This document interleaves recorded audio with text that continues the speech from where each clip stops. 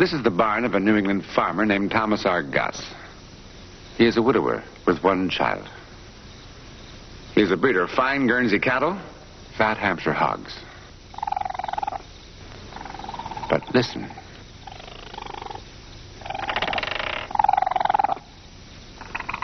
The sounds you hear are not made by cattle or pigs. In this early fall of 1902, there are many people indeed who question whether the sounds come from an animal at all. You're about to see the most incredible case of possession ever recorded. It's not an easy story to tell. It's been called fantastic and horrifying and funny. It is all of these things. But it is one thing more. It's true. Thank you very much, sir. Call Samuel Mathis.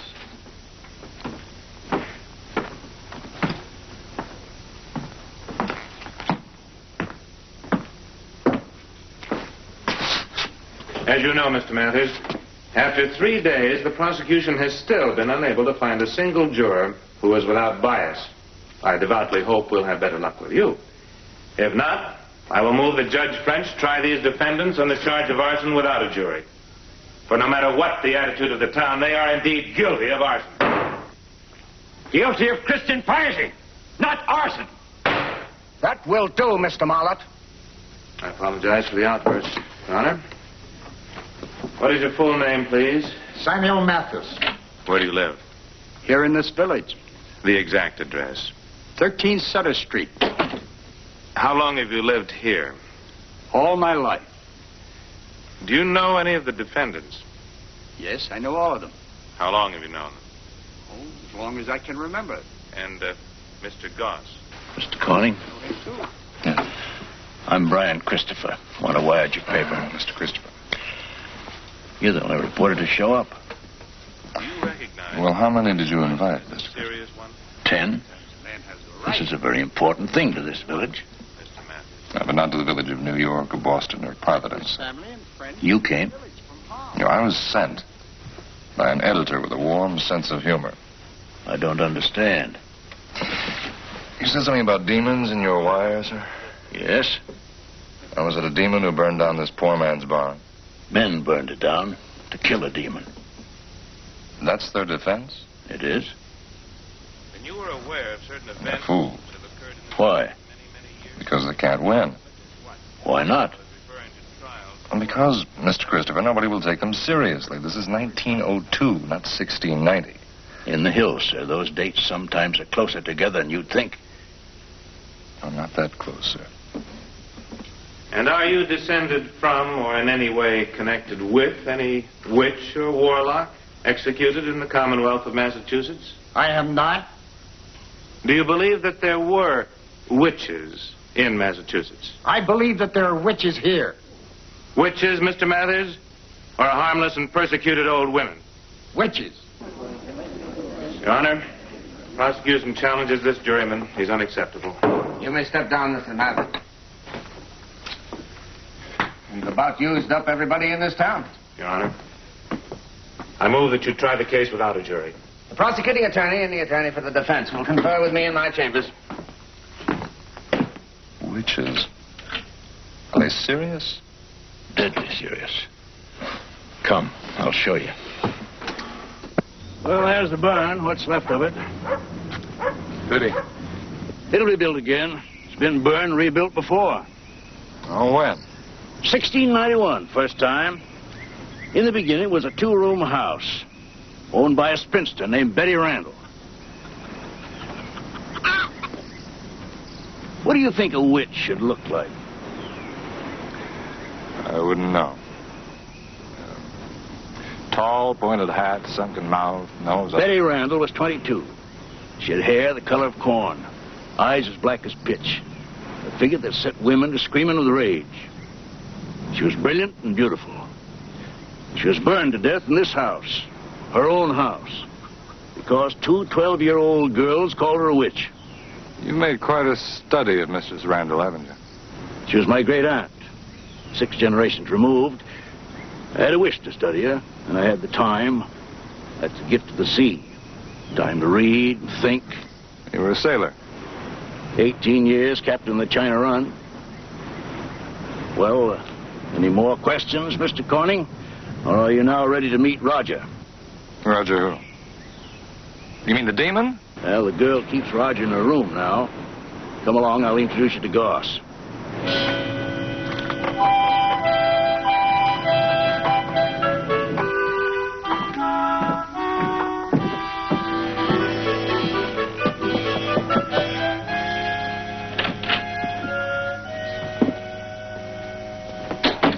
Hello, John. This is Mr. Corning. Can we see Roger?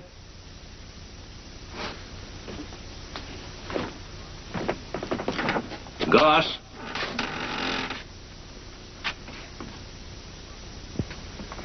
Mr. Corning, Mr. Goss. Mr. Goss? Mr. Corning would like to see Roger. Get Roger. Why? It's all right. We don't want to look at him. He's sleeping. Get him. You'll take him away from me. Oh, no, Joan.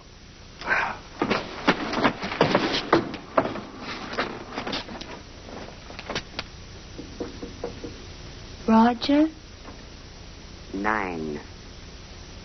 please come out. Leave me be. Deja mi solo. Il se schod.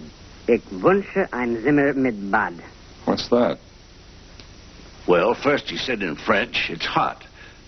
Then in German, I'd like a room with a bath. He has quite a sense of humor. Look, I don't understand. Why is he under the sink? Is he a dwarf or deformed or a midget or ugly or something? None of these things, Mr. Corning. Please bring him out, Joan. I'm sorry, love.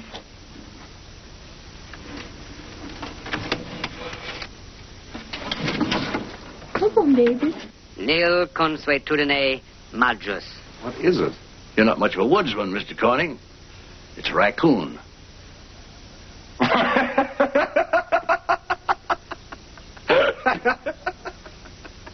This is hilarious. A raccoon who speaks 6 or 7 languages? Come on. Aye, very funny. Don't the villagers get the joke? What joke? Well, it's a trick, of course. Is it? What are you looking for? I don't know, a gramophone, something. You won't find it. Oh, look, you can't take this seriously. I'm sorry, Joe. The curious part is that everyone has that same reaction at first. Even the villagers? Even the villagers. Then odd things began to happen. Some cows died, a few chickens. Roger said he caused that because they laughed at him. Well, the nasty little fellow. Then the children died. Roger said he caused that, too. What children? A boy and a girl. One was drowned, the other was gored. How did Roger come here in the first place? I trapped him. I gave him the little girl for a pet. All right, you must have an explanation. What is it? Mr. Corning, does the term possession mean anything to you? I suppose you mean that nonsense about an evil spirit entering the body of somebody living? Someone or something. I hope we're not back to Betty Randall. What do you think, Mr. Corning? Bonne nuit. Je suis fatigué. Oh, poor Roger. Good night, love.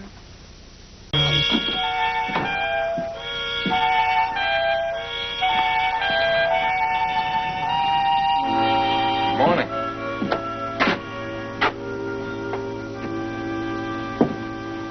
Why aren't you in church on this fine Sunday morning? They don't want us there. Who doesn't? All of them in the town. How's Roger this morning? All right.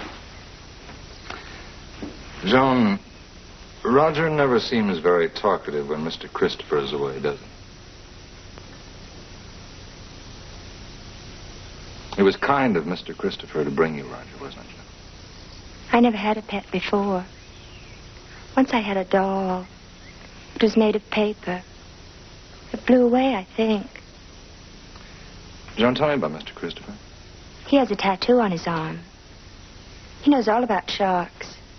Why did he quit going to sea? Because he doesn't have a ship. Why not? Because it sank. How? What happened to him? Sometimes the men make fun of him. Once they gave him a bottle with a boat in it. They said he could get as drunk as he wanted, but he couldn't wreck this one. Did they now?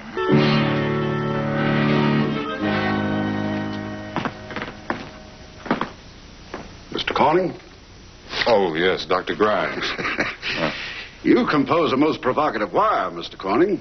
I came as soon as I could. What are you drinking, Doctor? No, thank you. Now, where's this so-called case of possession? I'm glad to hear you sound so skeptical, Doctor. Doctor, I tried to reach you this morning to tell you not to come, but you'd already left. When I first wired you, Doctor, I was in kind of a strange state of mind. I'd just seen something my senses couldn't accept. So I wanted an explanation, so I turned to you. Well, who's the possessed party? You failed to say.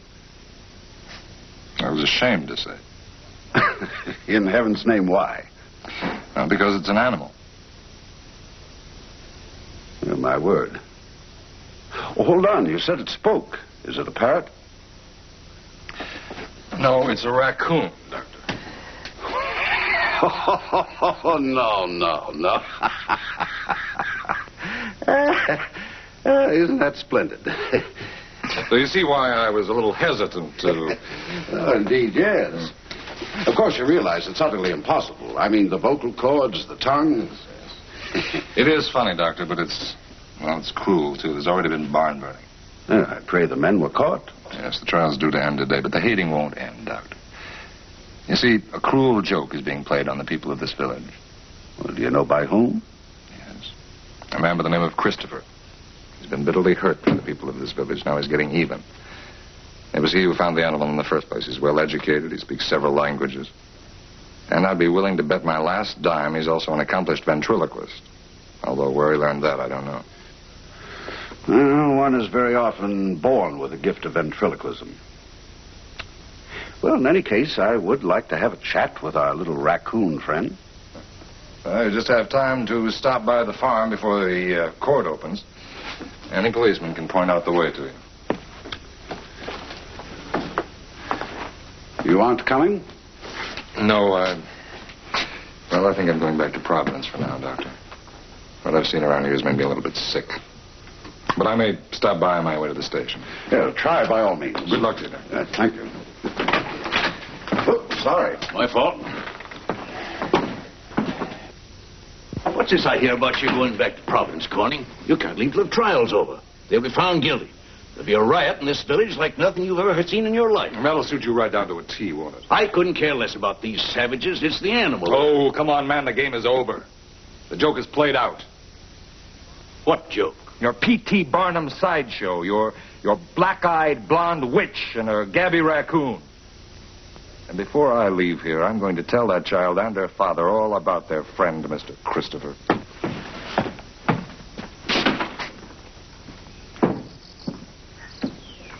One of the doctors is in there. I know. If he tries to buy Roger, we'll run away. He's mine. Of course he is, Joan. Maybe Roger will bite him. Maybe you will. Joan, has Mr. Christopher been here today? No, not today. It's too bad. Now, the doctor will never hear Roger talk. Joan, I want you to know the truth. Oh, they talked. If what? They talked. What does she mean? What? Well, Joan here tells me that you and Roger have just been having a nice little talk. We did.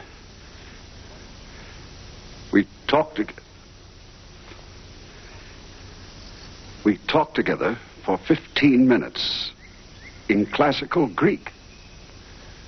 Not just talk, a a discussion. It's impossible. Christopher wasn't here. No. No, he wasn't. We'd best be getting to the trial. Coming, Mr. Corning?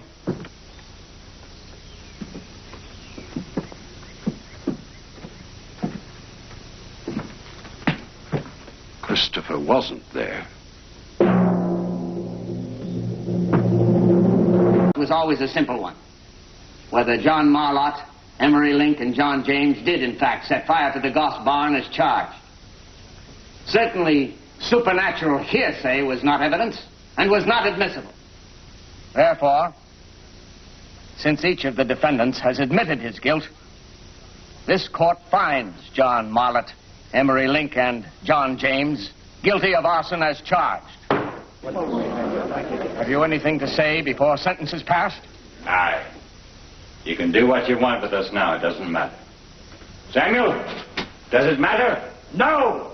Because the devil is dead now!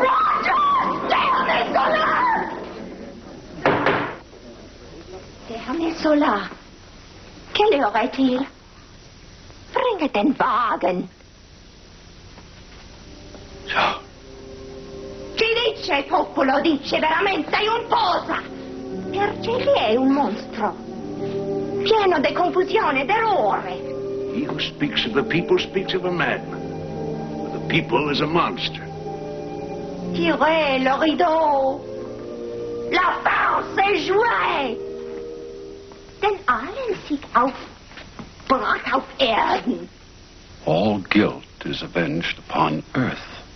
Amigos de este siglo, rostros humanos, corazones de fieles. Al juego de los malos, al juego de villanos, al peso de los años, lo eminente se rinde. La eminente se rinde que lo fácil de tiempo. No hay conquistas difíciles. No hay conquistas difíciles. No hay conquistas difíciles. Betty Randall, is it you? Is it you talking to this child? Answer me. Have you possessed this child? Answer me. People, they killed you. My Paul, my love.